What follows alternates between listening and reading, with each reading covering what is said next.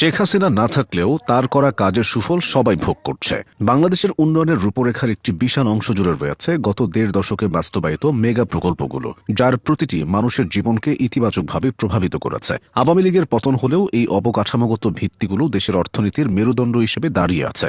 আধুনিক নগর পরিকল্পনার এক অনন্য দৃষ্টান্ত হয়ে দাঁড়িয়েছে পূর্বাচল নতুন শহর এবং এর প্রশস্ত এক্সপ্রেসওয়ে। একসময় যা ছিল নিছক কল্পনা, সেই ৩০০ ফিট এখন কেবল একটি সড়ক নয়, যেন আধুনিক বাংলাদেশের অগ্রগতির প্রতীক। এই এক্সপ্রেসওয়েটি রাজধানীর যানজট নিরসনে ও যাতায়াতে এক বৈপ্লবিক পরিবর্তন এনেছে, যা পার্শ্ববর্তী জেলাগুলোর সাথে ঢাকার সংযোগকে করেছে দ্রুত ও মসৃণ। যোগাযোগ ব্যবস্থার এই আমূল পরিবর্তনের সবচেয়ে বড় এবং দৃশ্যমান উদাহরণ হল পদ্মা সেতু এবং তাতে রেল সংযোগ প্রকল্প।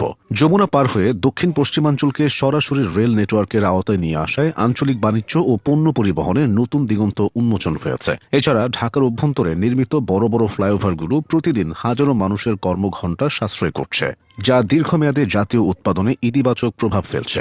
চলাচলের সময় কমাতে মেট্রো রেল হয়ে উঠেছে যুগান্তকারী। জ্বালানি ও বিদ্যুৎ খাতের নিরাপত্তা নিশ্চিত করতে বাস্তবায়িত প্রকল্পগুলো দেশের শিল্পায়নের গতিকে ত্বরান্বিত করেছে। রূপপুর পারমাণবিক বিদ্যুৎ কেন্দ্র বাংলাদেশের ইতিহাসে একক বৃহত্তম ও ব্যয়বহুল প্রকল্প, যা দেশটিকে পরমাণু শক্তির শান্তিপূর্ণ ব্যবহারের অভিজাত ক্লাবে উন্নীত করেছে। পাবনার ঈশ্বরদীতে নির্মিত এই কেন্দ্র থেকে উৎপাদিত সাশ্রয়ী ও কার্বনমুক্ত বিদ্যুৎ দেশের দীর্ঘমেয়াদী জ্বালানি চাহিদা মেটাবে এবং পরিবেশ দূষণ রোধে বড় ভূমিকা রাখবে। পাশাপাশি বাগেরহাটের রামপাল ও কক্সবাজারের মাতারবাড়ি তাপবিদ্যুৎ কেন্দ্র নির্মাণের মাধ্যমে দেশের বিদ্যুৎ ঘাটতি দূর করার যে উদ্যোগ নেওয়া হয়েছিল, তার সুফল এখন তৃণমূল পর্যায়ে পৌঁছাতে শুরু করেছে। মহেশখালীতে স্থাপিত এলএনজি টার্মিনালগুলো গ্যাসের চাহিদা মেটাতে এবং শিল্প কারখানা সচল রাখতে গুরুত্বপূর্ণ ভূমিকা পালন করছে।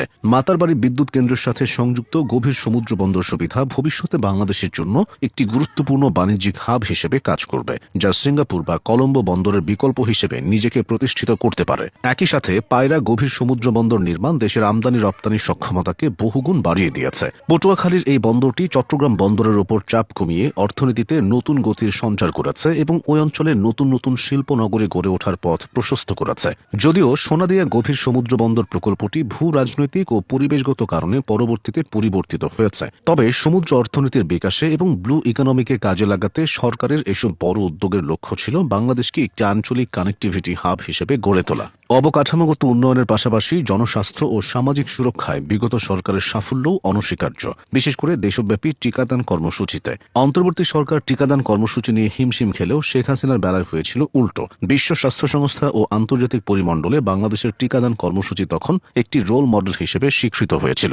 শিশু হ্রাস এবং মা ও শিশুর স্বাস্থ্য সুরক্ষায় ইপিআই কর্মসূচির মাধ্যমে যে বিস্তৃত নেটওয়ার্ক গড়ে তোলা হয়েছিল, তা বিশ্বজুড়ে প্রশংসিত হয়েছে। গ্রামীণ পর্যায়ে কমিউনিটি ক্লিনিকের মাধ্যমে স্বাস্থ্যসেবা